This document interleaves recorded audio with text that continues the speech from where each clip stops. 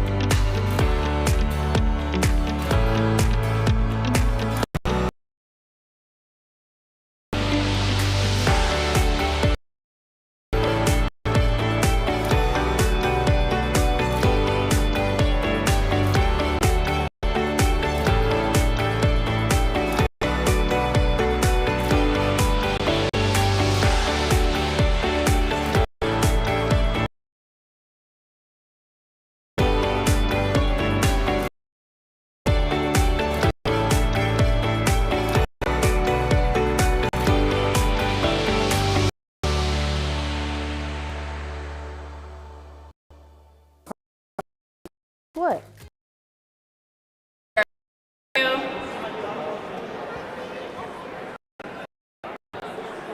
To swim 300 yards non-stop using front crawl and breaststroke. Swim to the deepest end of the pool and retrieve a 10-pound object and return to the starting point on your back. Tread water for 2 minutes using legs only. Pass a written test 80% or better. For more information or to sign up to be a lifeguard, call your nearest rec center today.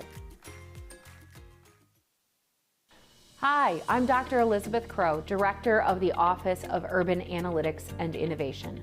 Last year, we launched the new 311, a centralized, non-emergency hotline and website that provides ready access to city services and information.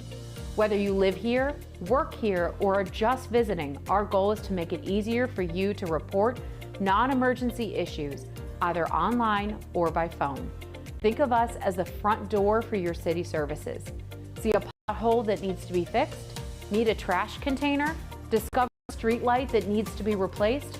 You can call 311 or visit us online at clevelandohio.gov/311, and we will make sure your request gets to the right department. If you submit your request online, you can create an account and track the status of your request. This is your city, and with 311, you can help make Cleveland better for all of us.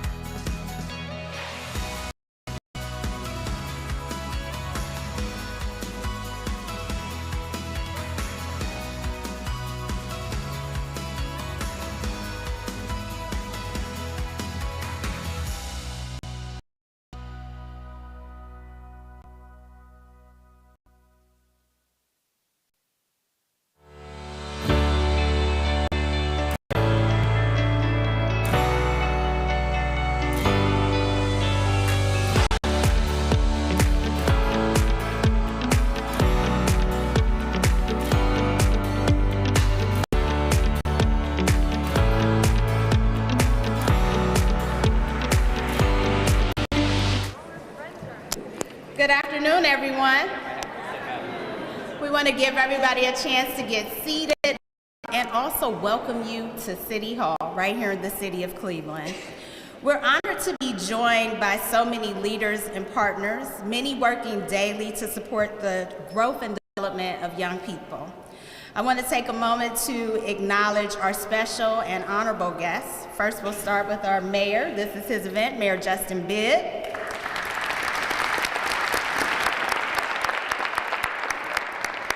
Councilwoman Stephanie House-Jones. Any of our other elected officials who are here, my colleagues here from City Hall, and last but not least, almost last but not least, our special guest, Mr. Jeffrey Canada. And the last but not least are, of course, our young people. We have several of our youth leaders here with us today, and this is all about you. So it's great that you're here too.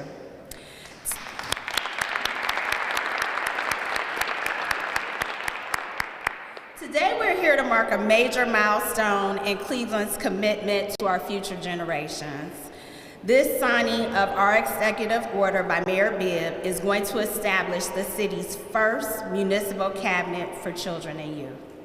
This cabinet is a bold step towards systemic change, a commitment to breaking down silos, improving coordination, and ensuring that every young person in Cleveland has the opportunity to thrive.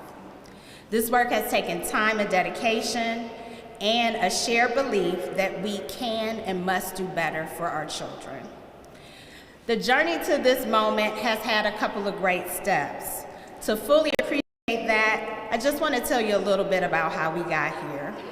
This journey began in a position when the community that we create a coordinating body dedicated to supporting the success of children and youth here in Cleveland. In the fall of 2022, the mayor launched a design process that engaged over 200 stakeholders, civic leaders, and most importantly, youth and their families to shape our vision. Their recommendations centered around finding the right size and structure, ensuring voices of our youth were at the center of all decision-making, and changing the narrative about how we talk about our young people, as well as how and why we invest in them. Since then, the mayor's office has used these principles to convene partners and take real action around critical youth issues. And I just want to share a few of these with you because it's not just an idea, it's a process that's been underway. First, we launched the Mayor's Coordinated School Safety Committee. This body brings together institutions to address before and after school safety, including the launch of our Community Safe Passages program. Then we focused on youth narrative change. So many of us talk about how our young people are visioned and viewed, particularly in media.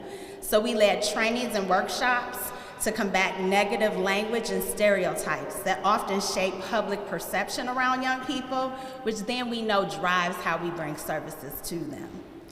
We also partnered with the National League of Cities to design the city's first prenatal to 3 plan.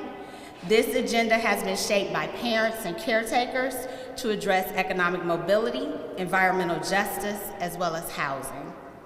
And then last summer, we were struck by many communities across the country when our ESSER dollars were going away. And we collaborated with Cleveland Metropolitan Schools, the Teachers Union, and a number of organizations across the city to ensure not only that we would maintain 7,000 summer enrichment spots, but what we did was ensure many more, and we had 11,000 slots for our young people last year. So all of this has been culminating and leading up to our work today. With today's executive order, we're making it official. Cement work right here at City Hall. This cabinet will be a vehicle for collaboration, first starting with aligning all of the City Hall agencies and departments so that we can connect with external partners along the way. At the heart of our work is our mayor, Mayor Justin Bibb, who has made it his mission to drive systemic change for all residents, but particularly our youth. Mayor Bibb has been clear from the beginning, this is a priority because Cleveland's children deserve to reach their God-given potential. So it's my honor to introduce our mayor, Mayor Justin Bibb. Thank you. Thank you so much, Sonia. I'm really excited about today because this work, for me, as a son of this city, is very personal. When I think about the conditions that I grew up in, there were people who looked out for me to make sure I had a quality shot. And I know we're celebrating Women's History Month this month, and there are two women in particular that I think about in terms of how I got to be here as the youngest Black mayor in our city's history. My late grandma, Sarah, when I was growing up on Dove, and she made sure I stayed out of trouble. And if she was out at church or going to pay the bills downtown, catching a bus to go pay those bills downtown, it was the neighbors who looked out for me when I was growing up. When those street lights came on, had to be in the house. When I wanted a summer job, she got a grant from a local nonprofit, working with her then council person. And one of my first summer jobs was working in my grandma's garden in the summertime. I think about the sacrifices that my mom had. You know, she was robbing Peter to pay Paul to make ends meet. But the little money that she had, she gave me the money to buy membership at the Boys and Girls Club. She made sure I was always in the library after school. And when I would pout and complain about singing in the church choir every single Saturday, it was that idea of being committed to something, so I would stay out of trouble, but also she wanted to ensure that I was always busy from sunup to sundown. And so this work is personal for me because my story is not the rule in our city. It's the exception. And we have far too many exceptions right now in our city. And so I said to myself, if I was ever lucky enough to be in a position of influence and power, that I would do anything I possibly could to make sure we change the conditions that our young people live in our city every single day. And as we look at the national landscape right now, we see two stark visions of the America that we want. In one vision, we are turning our backs on our nation's children, where this administration and this president just today signed an executive order to eliminate the Department of Education, impacting 26 million kids, not just in big cities like Cleveland, but in rural towns across Ohio and across the country. Less money for free and reduced lunch. Less money for Pell Grants that help me go to a good college, and many of you in this room as well too. Less money for special ed in our nation's schools. That is not the America that I believe in or want for our children. But I got good news.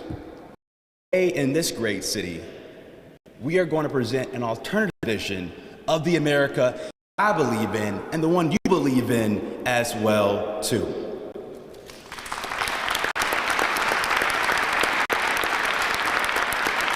So with this executive order, we are making a commitment that every single department at City Hall will be focused on how do we improve the conditions of children in our city, from public safety to public works, to public health, to building and housing. Every single leader in this administration will now be focused on improving the outcomes of young people.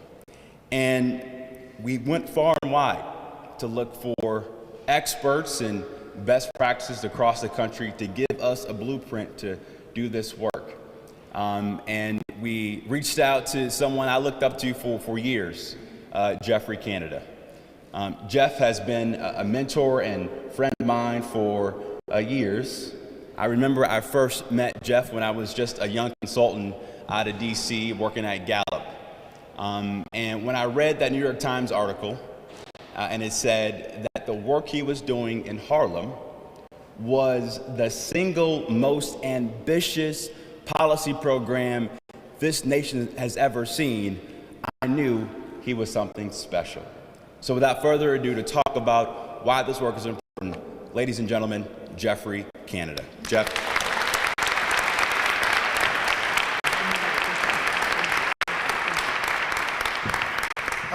Thank you, Mayor Bibb. I sure hope I was nice to you when, you know, this tells you to be nice to everybody, because you never know what these young people are going to grow up to do with their life, right? It's an honor for me to be here, Councilwoman, with you in Cleveland today.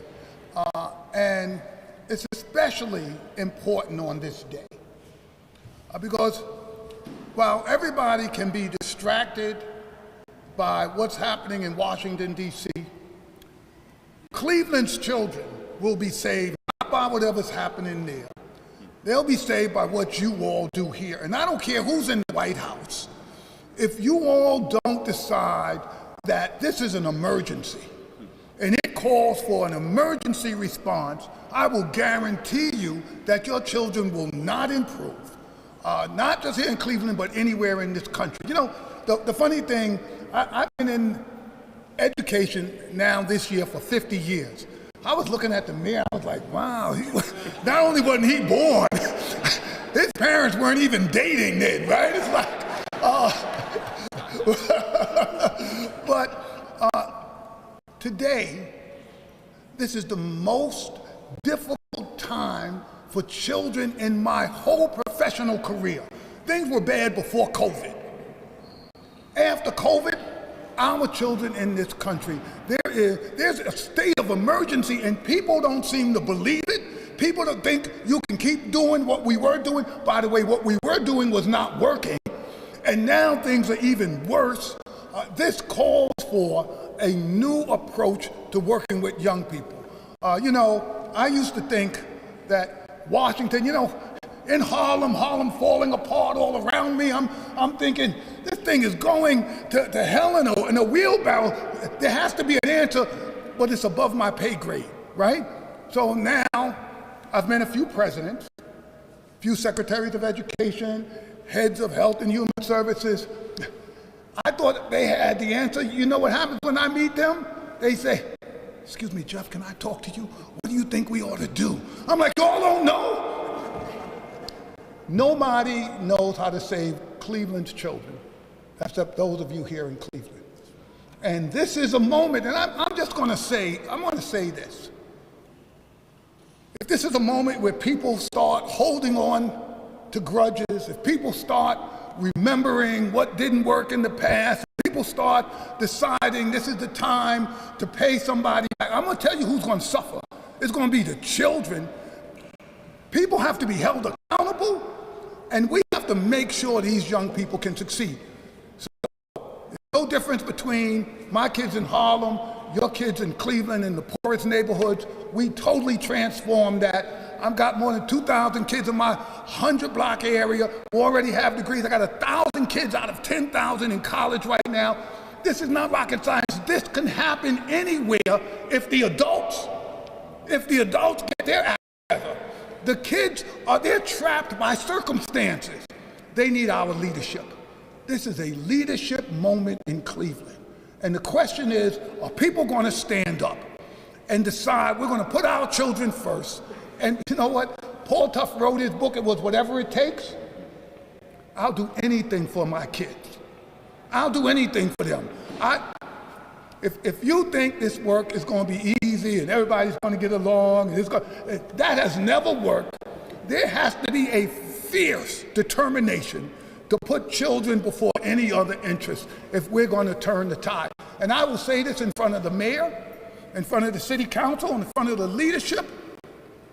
If you all come together and really decide that you're going to change the way things operate here in this city, Me and my team at the William Jewis Wilson Institute, we will do anything that you ask us to do within reason to help make this a success. I'm committed to this effort in Cleveland. I met the mayor. He is serious about this. I believe him. I believe in him. And I think he has Cleveland's children at the heart of this. And it's the only reason I'm here.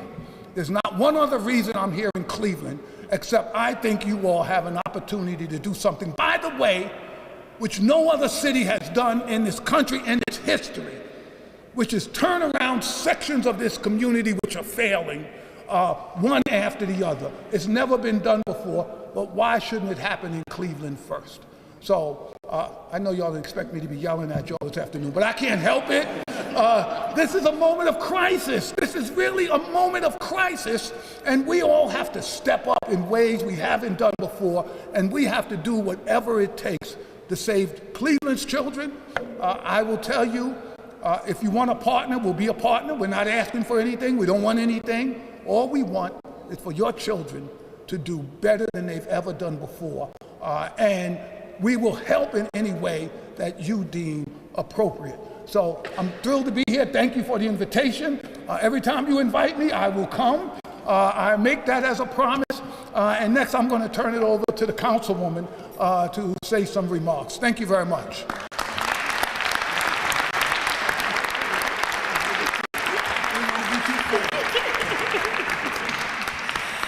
Well, good afternoon, beautiful people. How y'all doing?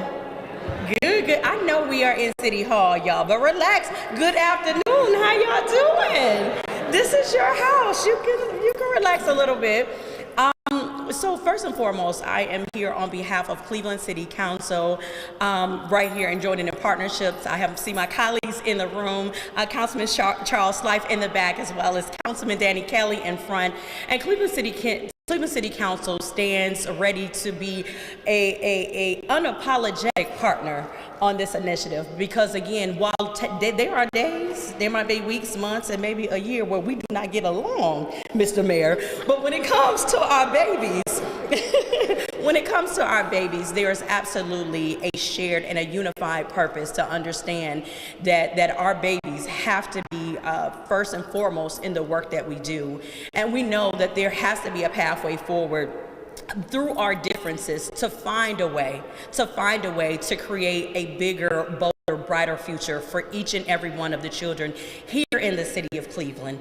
What does that look like? We absolutely know that takes all of us and more. When we think about the cross collaborations that are necessary to turn over a new leaf, a better leaf for our babies, that means for each and every one of you who are here today, that means, yes, you are signing up for whatever we embark on, right? And it means that, I always think, as I sit here in this place, Cleveland has been so good to me. It really is. When I think about being a baby, I was born in downtown Cleveland, made the transition to our St. Clair Superior neighborhood, had a long career at Cleveland School of the Arts when it used to be 4th through 12th grade. But during that time, I grew up in a neighborhood that experienced Kovacic Recreation Center, where I learned how to swim and had very many enriching opportunities. But just in life, my mom, she was married then, but then life happens and my parents got divorced. And then my parent, she found herself being the caregiver of not just only me, but for girls. And so for additional girls, which were my cousins. And so what do you do as a parent when you're working full time, find yourself, when you had the American dream with your husband and your one child, but then you find yourself single with 5 girls. What do you do? Where do you go? We then transition into our Huff neighborhood. And then, as young kids are, you get into things, right? We had Thurgood Marshall, but life happened. One of my cousins, she ended up being pregnant at the age of 15. I found myself, while I did well in school, I had some issues with fighting and things. And sometimes you might have to go to some places where some people might need to get you straight and narrow, right?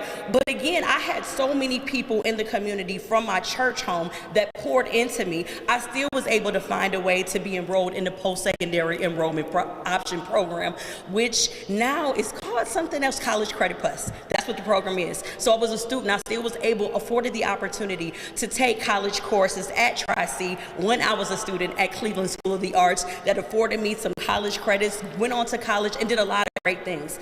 I'm sharing this with you is because my story shouldn't be unique. With our cross-sector partnerships, that should be the reality, no matter if you have the traditional traditional family or life happens to you, right? Every young person in this city deserves the opportunity when you get off track, when you're on track, to know that you have a city that is cheering you on. That is what we're looking to do in Cleveland, and I'm really, really, really excited about this executive order so we can push forward. So again, to tell us more how we're gonna get this done, how we all are gonna find the pathway to sign up, I'm gonna pass it over to my sister, the Chief Sonia Pryor-Jones.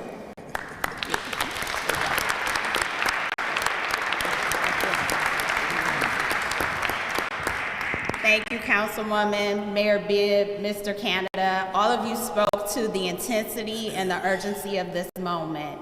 And you shared your amazing stories of what it's been like to grow up for you when a community came together to provide that support. Now we are going to hear from a youth voice, someone who is living in this moment that we are all here to support. One of the critical pieces that we also heard was very unique and distinct about our cabinet work here in Cleveland was the mayor's commitment to ensure student voice was not only at the table, but at the table helping us make decisions about what those programs and services are going to be and how we're going to collaborate. And so it is my great honor to introduce Yamari, who is a 10th grade student in Cleveland schools, to bring some remarks.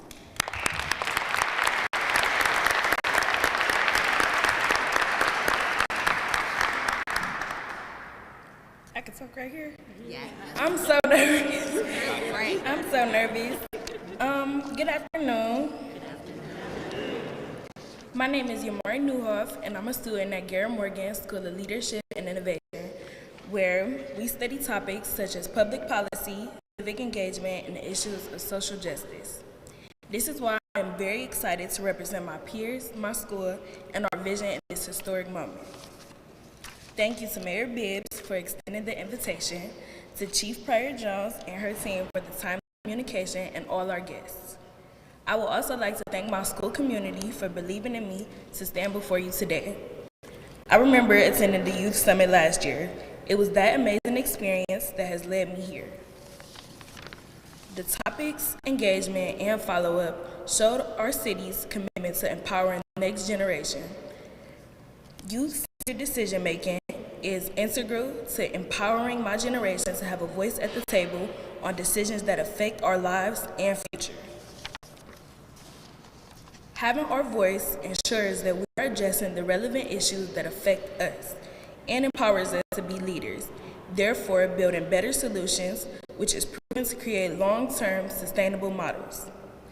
By involving students like me and others, we are ensuring that the next generation feels valued and are better prepared to contribute positively to their communities and the world. I believe through today's actions, we can really begin to address the issues that impact the youth in our city and move to make effective changes that will go well into our future. I believe that in doing this, the youth will begin to see themselves as members of the community and not products from the community. It is my hope that as long as this order stands, that it will be a model for other communities to follow, thus creating a society where everyone can thrive. Now it brings me great joy to welcome Chief Pryor-Jones to the podium to officiate our executive signing. Let's give Yamari a standing round of applause.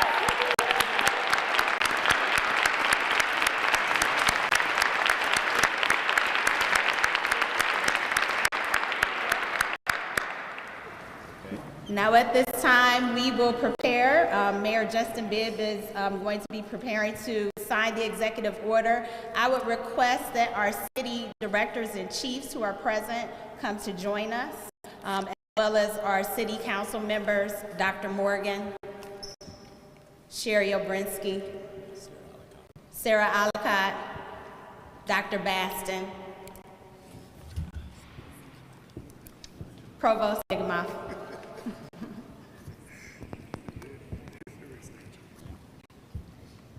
as well as our guests from Harlem Children's Zone and National League of Cities.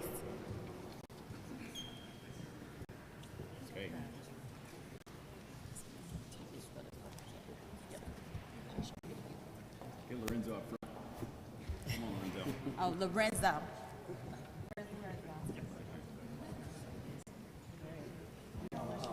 Yeah, come next to me, bud. All right. We're ready?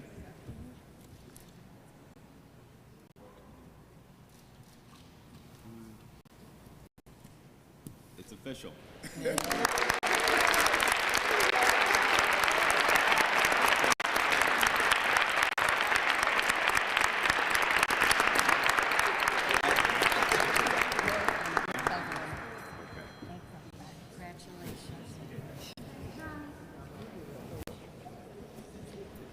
Well, while everyone takes their seat, I want to brag on Lorenzo for a minute. Last month, unfortunately, we lost a 10-year-old in our city to gun violence in the Lee Harvard neighborhood. Caden was his name. And a couple weeks ago, I had a town hall meeting at John F. Kennedy High School, and Lorenzo gave a powerful speech about the importance of making sure we as a city stand up for people like him to make sure he has a quality shot at achieving his given potential. He is why we're here today. Let's give him a round of applause. Yeah, you want to say something? You want to talk? So I want to talk about how we can remove the violence in the city. We need more mentors like Mr. Lee's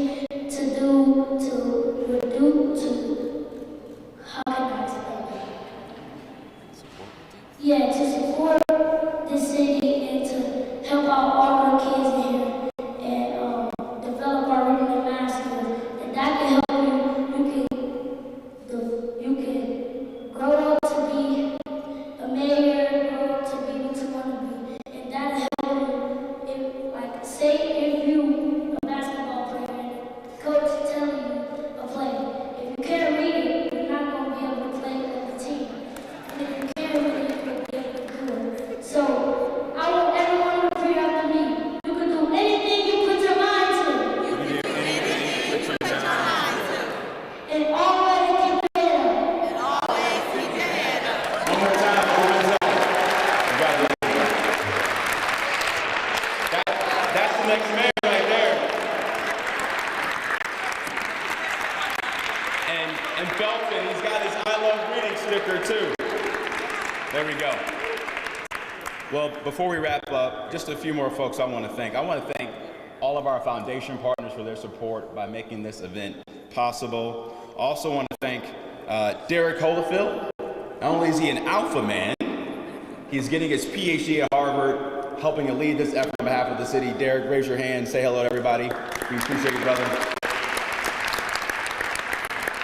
I want to thank Dr. Morgan, Sherry, and Sar for being here today, for all that you're doing to support CMSD and young people across the city. A great team moving CMSD forward. And then National League of Cities, if you can stand up and be recognized. Jamie and Laura, thank you so much for all your help and support. So, as Jeff often says in his remarks about this work, we are living in the fierce urgency of now. So today is a call to action for all of us in this room to meet the moment for our young people. Let's get to work. God bless. I appreciate everyone so much.